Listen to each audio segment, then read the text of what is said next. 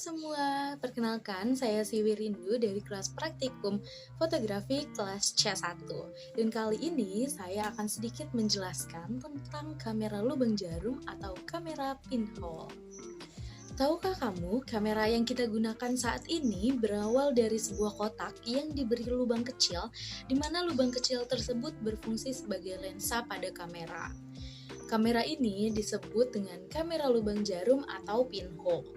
Kamera lubang jarum atau disebut juga dengan pinhole adalah kamera yang paling sederhana. Kamera tersebut terdiri dari kotak cahaya, beberapa film, dan sebuah lubang jarum, di mana lubang jarumnya tersebut merupakan sebuah lubang yang sangat kecil dan sederhana. Seperti ketika jarum melubangi sehelai aluminium foil yang tebal. Kamera lubang jarum berasal dari penemuan teori pembentukan citra melalui sebuah lubang kecil dari seorang ilmuwan Cina yang bernama Moing pada abad ke-5 sebelum Masehi. Ia berpendapat sinar bergerak melalui garis lurus dan suatu objek akan memantulkan sinar ke segala penjuru.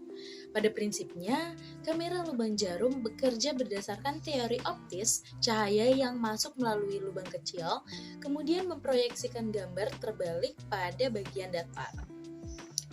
Gambar yang terbentuk disebabkan karena sinar cahaya masuk melalui lubang celah kecil, lalu bayangan objek yang berasal dari luar terpantul ke ruang film sehingga membentuk bayangan objek gambar yang terbalik. Jika lubang terlalu besar, maka nantinya akan membuat bayangan menjadi lebih kabur.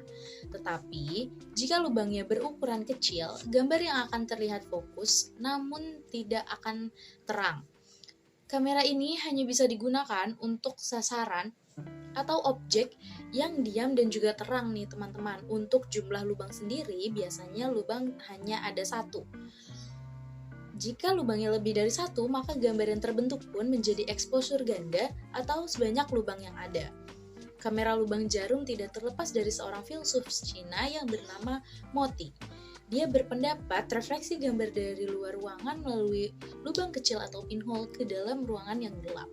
Fenomena pinhole itu menarik minat banyak ilmuwan. Salah satunya, pada abad ke-4 sebelum Masehi, Aristoteles berpendapat bahwa mengapa setelah melalui celah segi 4, misalnya, sinar matahari tidak membentuk segi 4 lagi, melainkan bundar.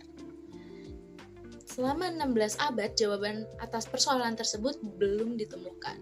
Teknologi fotografi sederhana mulai terungkap pada abad ke-10 Masehi, di mana seorang ahli fisika dan matematika berkebangsaan Arab yang bernama Ibnu Al-Haytham dan juga dikenal sebagai Alhazen mencoba membuat formasi bayangan untuk membuktikan bahwa cahaya mengikuti garis lurus dengan melakukan percobaan mensejajarkan 3 lilin lalu meletakkan sebuah layar berlubang kecil di antara 3 lilin dengan dinding.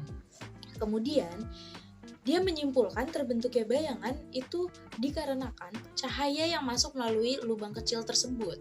Selain itu, Alhazen juga menjelaskan cara melihat gerhana matahari menggunakan ruangan gelap yang diberi lubang kecil atau pinhole yang menghadap ke matahari.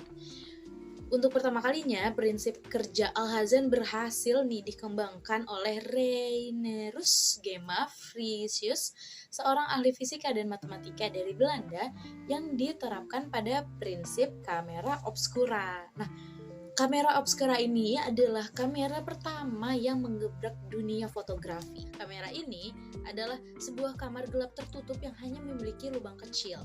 Jika kamera dihadapkan pada benda yang diterangi cahaya pada dinding kamar yang berhadapan dengan lubang, akan terbentuk gambar proyeksi terbalik dari benda tersebut.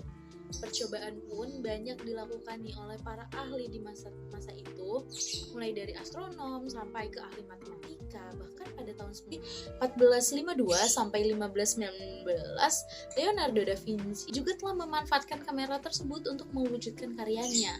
Model rancangan kamera obscura inilah yang menjadi lambang ikon dari pinhole. Teman-teman, itu tadi adalah sedikit penjelasan mengenai kamera pinhole atau kamera lubang jarum. Sekian dari saya, terima kasih, sampai jumpa.